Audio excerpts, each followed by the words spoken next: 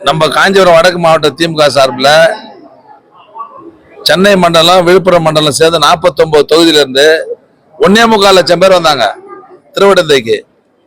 அந்த 1.25 லட்சம் பேர் வருவாங்கன்னு முன்கூட்டியே அவங்களுக்கு இருக்கைகள் அமைச்சு தந்து வர்றவங்களுக்கு ஸ்நாக்ஸ், வாட்டர் பாட்டில், ஜூஸ், அவங்களுக்கு சுத்தி கிட்டத்தட்ட ஒரு 200 இடங்கள்ல கழிப்பிட வசதிகள், அது இல்லாத அங்க ஒரு 50 இடத்துல இந்த குடிநீர் தொட்டிகள்லாம் வச்சு எந்தவித பார்க்கிங் வசதி எல்லாம் ஏற்பாடு பண்ணி கொடுத்து அவ்வளவு பேரும் நிம்மதியா போனாங்க. பாத்தீங்க இருப்பேன். அதுல ஒன்னு சிக்கல்னா வண்டி எடுத்து மணல்ல விட்டாங்க, அதை விட சரி பண்ணி நான் கொடுத்துட்டோம்.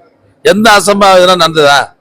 இதுதான் திமுக பிளான் பண்ணி இவ்வளவு பேர் வருவாங்கன்னா அவங்களுக்கு பாதுகாப்பு தர்றது அந்தந்த இயக்கத்தினுடைய அந்த நிர்வாக பொறுப்பில் இருக்கிறவங்களுடைய பங்கு. அவங்களுடைய பாதுகாப்பு அவங்க தான் உறுதி செய்யணும்.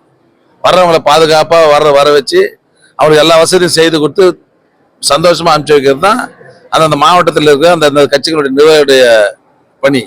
அதை விட ஒழுங்கா செய்யறதுக்கு யோகியதை இல்லைன்னு சொன்னா இவெல்லாம் கட்சி நடத்த முடியுமா? எவ்வளவு 5 வருஷமா கொடுத்துருக்காங்க எலெக்ஷனுக்காக. அதுக்காக தான் பேட்டி எடுத்து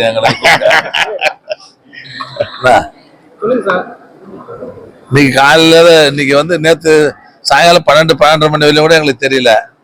இன்னைக்கு காலையில தான் மர்மமான முறையில தலைவர் தமிழ்நாட்டில் இருக்கிற ஏழைங்களோட ரொம்ப மகிழ்ச்சியா இருக்கணும்னு சொல்லி இன்னைக்கு காலையில நேற்று 12:30 மணிக்கு நைட்டு 12:30 1 மணிக்கெல்லாம் போய் எல்லா அக்கௌண்ட்லயும் போய் 5000 5000 வந்துருச்சு.